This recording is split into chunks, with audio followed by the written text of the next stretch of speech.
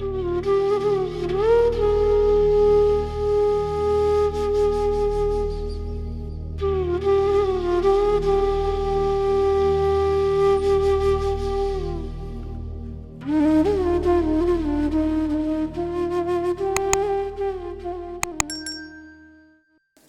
जी का लख लख शुक्राना सारी संगत को, रूपा आंटी, राजेश अंकल परिवार को। इतने लंबे सत्संग की लख लख लख लख करोड़ों बधाई। मेरे पास कोई अल्फाज नहीं है जो मैं यहां आपके सामने सुनाऊं। ये गुरु जी की हिस्ट्री में जब से गुरु जी के आश्रम बना, सत्संग हुए, ये दूसरा सत्संग है जो 12 घंटे हुआ है। और ये सत्संग उसी के यहाँ होता है जिस पे गुरु की बड़ी मेहर होती है। मैं 7 साल पहले इस परिवार से जुड़ा था। इन्होंने लाइव सत्संग कराया था इधर काली मंदिर में। तो मैंने कभी ख्वाब में नहीं सोचा था कि इस परिवार के साथ हमारे फैमिली रिलेशन, वैसे तो मेरा परिवार ही, ये संगत ही सारा परिवार है। चाहे कोई इंडिया में है, चाहे इंडिया से बाहर है, चाहे कोई पंजाब है, कोई हिमाचल है, चाहे मध्य प्रदेश में है। मुझे गुरु ने जाते हुए ब्लेस किया था, सत्संग की सेवा दी थी। और मैंने कभी ख्वाबों में ये भी नहीं सोचा था कि मेरे को सत्संग की सेवा मिलेगी गुरु जी से। आज जितनी भी संगत आई है, अपने अंदर एक विचार करे, ध्यान करे कि गुरु जी ने एक सिलेक्टेड संगत को अपने साथ जोड़ा है। और जितनी भी संगत को जोड़ा है उसका कल्याण होना निश्चित है। आपको गुरबानी के हर शब्द के माध्यम से गुरु जी ने बताया है, इबादत कर, इबादत दे नाल गल बंदी है, किसे दी अज बंदी है, किसे दी कल बंदी है। तो हमें गुरु जी ने हर चीज का आंसर दिया है। अगर हमारे साथ कोई परेशानियां आई हैं तो गुरु जी ने उसका भी जवाब दिया है। उतराइयां चढ़ाइयां हर जीत ते आंदियां ने, अगर कृपा होए तेरी ते हंस के लंघ जाती है। तो मैं जब जुड़ा था 90 के अंदर, तो मैंने सोचा नहीं था कि मेरे को ये सेवा मिलेगी। और मैं कैसे गया था, ये सत्संग बड़ा लंबा है और मैं लाइफ में टोटली ब्लेस्ड हूं। यू सी माय एज, 72 साल का हूं मैं। सुबह से आपके सामने शायद कोई जाके बैठा होगा, लेटा होगा, मैं ऑन फुट हूं, जैसे चल रहा हूं। ये उनकी कृपा है। और मेरा हालात क्या थे, ना मेरे पास पैसा था, ना रहने की जगह, ना पहनने को कपड़ा, ना चलने के लिए कोई व्हीकल, साइकिल भी नहीं थी। तो कैसे गुरु जी का बुलाना आया है मैं आपको बता दूं। जो संगत आज पहली दफा आई है, मुझे एक मैसेज आया था गुरु जी के आश्रम से कि कुछ सामान चाहिए।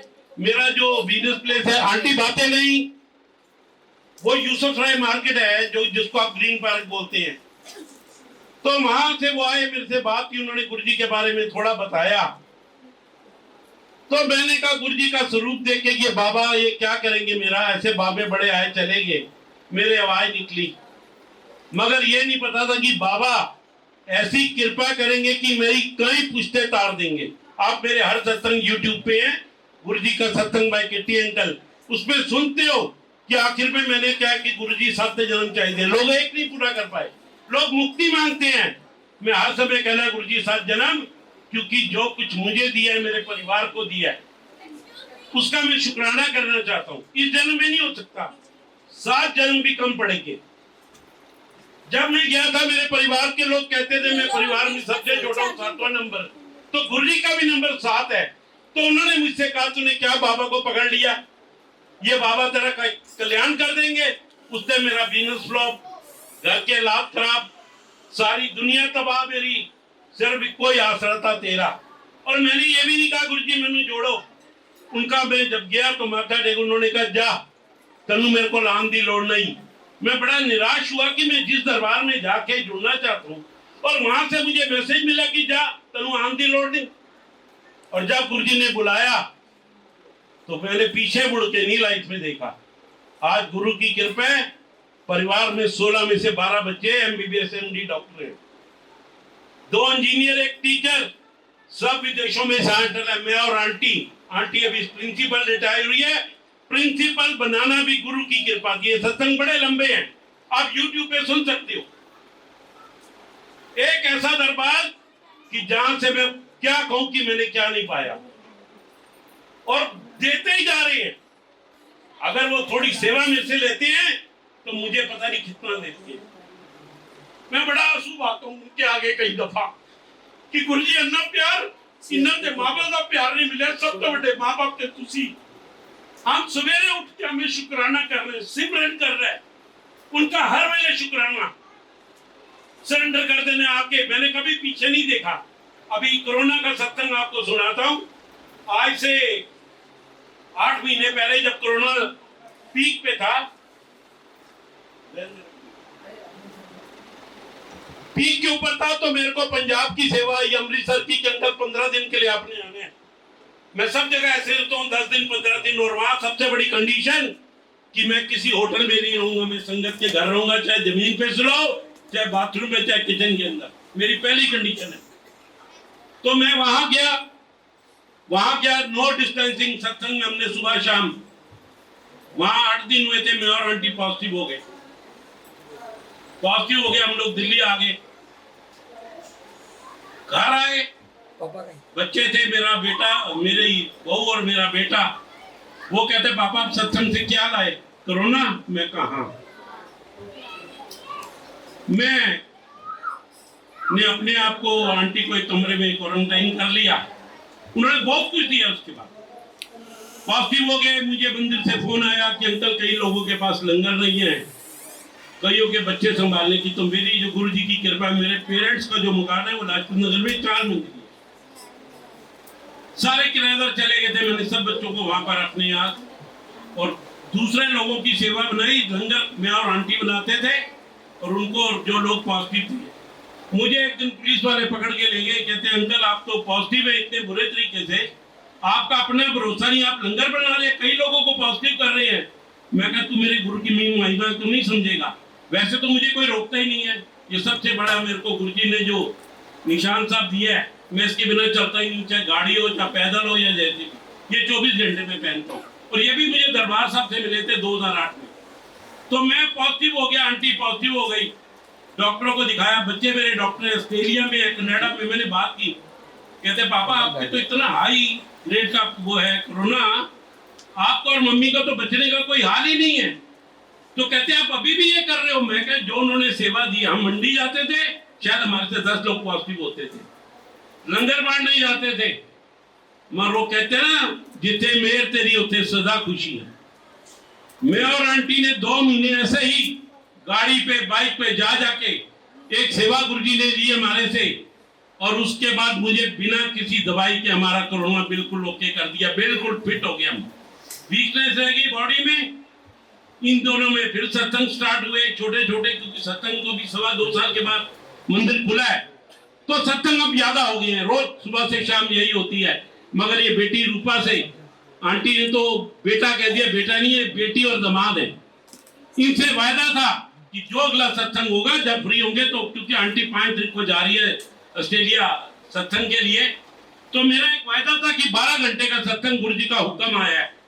और गुरु जी के आगे आंटी बातें नहीं, गुरु जी के आगे हमने कभी मांगना नहीं है। हर जगह सुनते हो, एक आज पहला समय था, जो लोग नहीं थे उन्होंने सब कुछ खो दिया, जो समय पे नहीं है।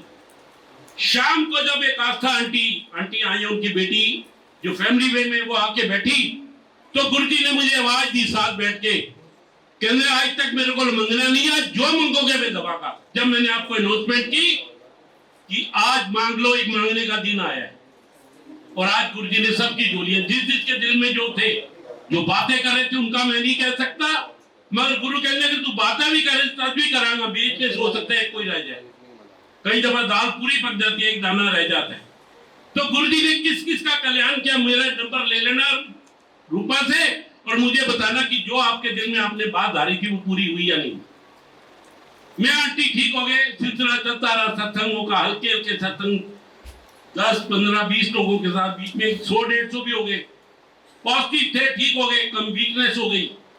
उसके बाद संगत में आंटी है, मैं यही आई हुई है शोभा आंटी, उनकी जुलाई में बेटी की शादी की तैयारी हो गई। एक हमारी संगत में और बेटी थी, गुरु जी ने बड़ी शादियां करवाई हैं, तो बेटी की तैयारी हो गई। तो मैं लाजपत नगर से रानीबाग जितने फंक्शन हुए उसमें आता था, मैं रिश्तेदारी में नहीं जाता। संगत ने किसी बेटी की शादी, मिस नहीं की, कोई बेटी अगर जितनी भी आई है यहाँ बैठी है, कोई कहते हैं फंक्शन में, रिश्तेदारी कोई नहीं, आज परिवार ये है मेरा। मेरी दुनिया बदली उन्होंने।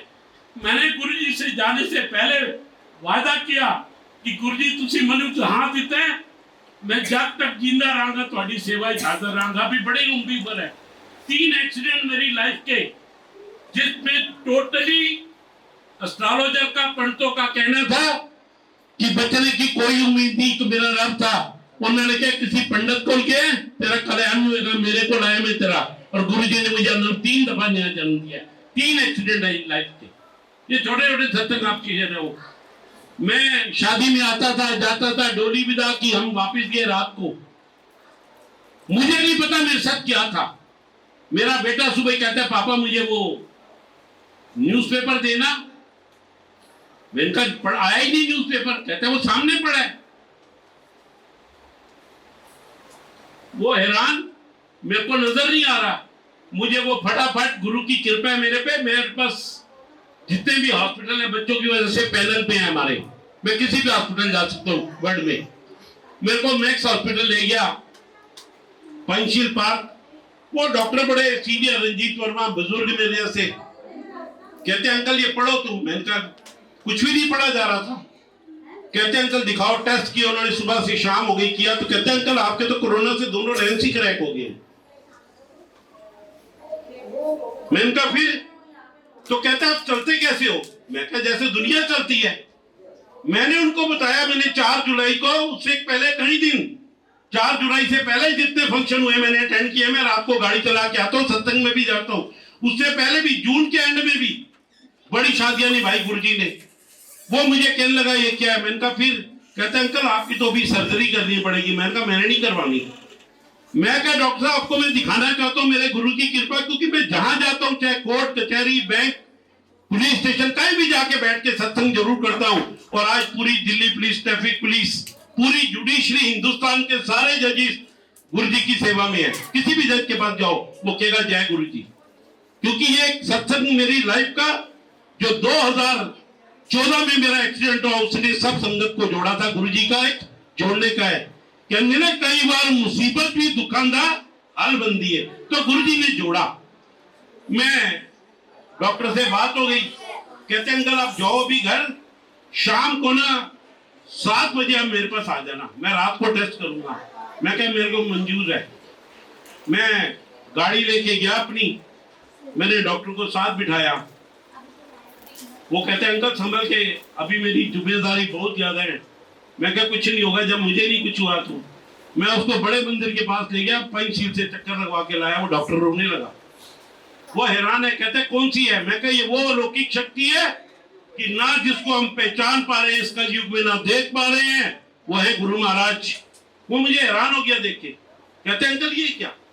आपके लेंस रह के नजर हमारे इंस्ट्रूमेंट के हिसाब से, इतनी करोड़ों की मशीनों के हिसाब से आपको नजर नहीं आ रहा और आप गाड़ी चला रहे हैं। मैं कहा अंकल मैं रोज चलाता हूँ, रोज जाता हूँ। मेरी राइट आई का ऑपरेशन हो गया। मैं 10-15 दिन के बाद ठीक हो गया। मैंने सत्संग पे जाना शुरू किया। ऐसे एक दिन मैं सत्संग पे सुबह गया तो आंटी नहीं जा रही थी, आंटी को कुछ काम था। आंटी नहीं तो मेरे साथ होती है, नहीं तो संगत के 2-4 लोग। अब आंटी जा रही है तो सारा परिवार मेरे साथ है, मैं अकेला नहीं हूँ। और जिस रब है वो सब है। असि मंगना की है, रब नहीं मंगना है, पैसा धन दौलत चीजा नहीं मंगनी है। मगर आज बैठ के जो आपने मांगा है वो गुरु जी ने जरूर देना है, क्योंकि ये 12 घंटे का सत्संग हिस्ट्री का सबसे बड़ा सत्संग है। मैंने ऑस्ट्रेलिया में भी किया था और ये कैसे उन्होंने करवाया, और हर क्वेश्चन का आंसर यहाँ बैठ के दिया। मैं आंसू बहा रहा था। मैं रोता नहीं हूँ, मेरे खुशी के आंसू होते हैं कि गुरु जी बिन बोले सब कुछ जानना, किस आगे करिए। मैंने कभी नहीं कुछ कहा अपने लिए, कभी नहीं मांगा। उन्होंने क्या नहीं दिया। वो मकान पे एक दाग आ गया कि यहाँ पर मेरे आस पड़ोस नफरत करने लगे कि अंकल यहाँ तो सारे कोरोना के मरीज नहीं है। तो मैं क्या फिर, तो मैं क्या कोई बात नहीं, मैंने सारे मकान को रेनोवेट कर दिया। रेनोवेट करके मैं आया तो एक जगह मेरे को किसी का मैसेज आया कि अंकल वो मकान फॉर सेल है लाजपत नगर मेट्रो के पास। मैंने कहा अच्छा। मैंने कहा ना इतना इंतजाम, इतने बड़े करोड़ों की प्रॉपर्टी में कहां ले पाऊंगा। मुझे नहीं पता वो शक्ति की क्या कृपा हुई। 6 दिन के अंदर दे लेके सौदा करा के मेरे नाम भी हो गया। मैंने गुरु जी का सत्संग में रो रो के शुक्राना किया। मैं कहा गुरु जी है कि कहने तेन पता ना सेवा के बदले में की देना। कहने तू मेरी सेवा नहीं की, मेरी संगत की कीती, मेरी कीती गल है गरीब दी। मैं कहा मैंने कुछ नहीं किया, जो कुछ है सो तेरा, तेरा तुझको सौंप दिया, क्या लागे मेरा, मेरा कुछ नहीं है, ना मैं कुछ हूं, ना मैं कोई पंडित, ना एस्ट्रोलॉजर, ना कोई मैं मौलवी। हाँ ये है कि तंत्र मंत्र की विद्या उन्होंने मुझे बिना बैठे दी। मेरे पास बड़े लोग आते हैं जिनको खिला पिला के वश में किया होता है। वो मेरे को कई बार लोग कहते हैं कि अंकल आप पे पकड़ आ जाएगी। मैं कुछ नहीं होने जा रहा, मैं टोटली ब्लेस्ड हूँ। मेरे पास बड़े लोग, अभी एक लड़का आया तिलक नगर से कि अंकल मेरी वाइफ को कर दिया है। तो मैंने कहा फिर कहता बड़ी दिक्कत आ रही है। तो मैंने कहा चलते हैं देखते हैं क्या होगा। तो गुरुजी ने जो फॉर्मूले बताया उसके अकॉर्डिंगली चला। आज कई परिवार सुखी हुए। मैं कुछ नहीं कर रहा, वो एक शक्ति है जो करवा रही है। हम कुछ नहीं है, जो कुछ है वो रब है जो एक हिम्मत देता है, ताकत देता है। आप देखो मैं सुबह से बैठूं, आपने किसी ने भी देखा होगा कि मैं शाम को गेहूं चेंज किया, नहाया धोया, ठीक है, फिर फ्रेश हो गया। अभी मैंने लाजपत नगर जाना है, अगर इन बच्चों की इजाजत है। मेरा सिर्फ कहने का मतलब है कि हमें रात वेले रब को याद करना है किसी रूप में, माँ के रूप में, प्यो के रूप में, गुरु के रूप में, भाई के रूप में। जब जाना है घर से निकलते हुए सवेरे एक ही कहना, गुरु जी मेरे नाल चलना है, गुरु जी मैं खाना खान लगा मेरे नाल खाना जे, गुरु जी मैं कपड़े लेन जा रहा बच्चों वास्ते तुसी मेरे नाल चलना है, तुसी अपने भी लेने हैं। तो लेते कि हम गुरु जी के लिए चोला, चोला हमने पहनाया। तो हर वेले उनका याद कर रहे, सिमरन कर रहे, शुक्राना करना है। और कभी नहीं कहना कि मेरे पास कुछ नहीं है, कहना सब कुछ है। जिसके पास तू है तो उसके पास किसी चीज की कमी नहीं। मैं सिलसिला चलता रहा, मैं ठीक हो गया। वो सत्संग में मैं जा रहा था, गाड़ी चला रहा था 80 की स्पीड से गाड़ी, मुझे झटका सा आया खांसी का। मैंने खांसी की तो पूरी गाड़ी खून से भर गई, खून की उल्टियां शुरू हुई चलती गाड़ी में। मिलके जाना 10 मिनट बीते तो मेरे नाक से भी सड़क पूरी भर गई, गाड़ी पूरी भर गई। मैं चलता जा रहा हूँ तो मैं कहता जय गुरु जी, जय गुरु जी। मेरे साथ संगत के कहते अंकल आपको तो इतना बड़ा समस्या हो गई है। मैं कुछ नहीं हुआ। मैं चल सत्संग की जगह। वो एक स्टेज ऐसी आई जब पुलिस वालों ने देख लिया, उन्होंने कहा अंकल आप पास चले जाओ, तो मूलचंद हॉस्पिटल मेरे पास है। मैं वहां चला गया, उन्होंने मुझे एडमिट किया, मेरी नाक के अंदर इंस्ट्रूमेंट डाल के नाक को सील किया, मुझे 7-8 इंजेक्शन दिए। मैं आया मैं घर रेस्ट करने लगा। मैंने पूछा, मैं कहा गुरु जी है की सी, तो कहने तेरा एक और इम्तिहान सी। उसके बाद वो सत्संग दिन का मैंने शाम को पोस्टपोन किया, रात को सत्संग करके आया।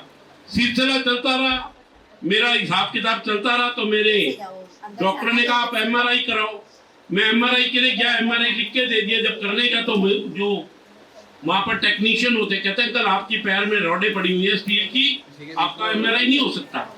15-20 दिन में घूमता रहा। मैंने कहा फिर कहते जी रिपोर्ट पुराना रिकॉर्ड लाओ। उसी हॉस्पिटल में ऑपरेशन हुआ था मैक्स में, वहां गया। वो कहते हैं अंकल 3 साल के बाद तुम्हारे पास रिकॉर्ड नहीं, आपका तो एक्सीडेंट 2007 में हुआ था गुरु जी के जाने के बाद। उनको भी पता था। मैंने कहा फिर कहते कुछ नहीं होगा। तो मैं क्या MRI नहीं होगा, मैं निश्चिंत ही होगा। मैं क्या कुछ नहीं होगा, देखी जाएगी। 4 दिन पहले मैं एक सत्संग से निकला तो मुझे डॉक्टर का फोन आ रहा है कि अंकल आप मैक्स आ जाओ। मैंने कहा क्या करना है, कहते हैं आपका एक्सरे करते हैं। एक्सरे करवाने के 10 मिनट में रिपोर्ट दी, कहते हैं अंकल आपका MRI हो जाएगा, कोई दिक्कत नहीं है, रॉडें पड़ी है स्टील के, इसमें कोई असर नहीं। मेरा MRI हुआ। सबको चिंता, मेरी संगत को चिंता, सबके फोन आए। अन्नू बेटी आई हुई है श्रीनगर से, ये मेरे को फोन आया पापा क्या हुआ। मैं कहा कुछ नहीं हुआ बेटे, मेरा MRI हो गया, रिपोर्ट कल आएगी। मैं हरिद्वार चला गया सत्संग पे। हरिद्वार से आया, मैं परसों डॉक्टर को मिला। मैंने कहा डॉक्टर साहब, कहने कुछ भी नहीं है। तो मैं कहता हूँ पहले नहीं दसिया थी। तो जिसके ऊपर तू स्वामी वो सोध कैसा पावे, तो मैंने नहीं पाया। और बहुत सी चीजों का आंसर दे देना, संगत के बारे में बता देना। अभी 11 फरवरी की एक छोटी सी और है। मैं कोई रब नहीं हूं, मैं सिर्फ गुरु जी का मैसेज आप लोगों को फॉरवर्ड कर रहा हूं। उस रास्ते चले जाओगे, सब कुछ तुम्हारा। जो नहीं चलेगा आज भी खोएगा और कल भी, कभी नहीं पा सकता। सिर्फ गुरु के बताए मार्ग पर चलने। आप कोई भी कर्म करो, गुरु के मार्ग पे चलना है। आपको बताए हुए चुगली नहीं करनी, किसी की निंदा नहीं करनी, कभी सत्संग में किसी गरीब को आप शब्द नहीं कहना। मैंने कोशिश की, मैंने अपने आप को डाला।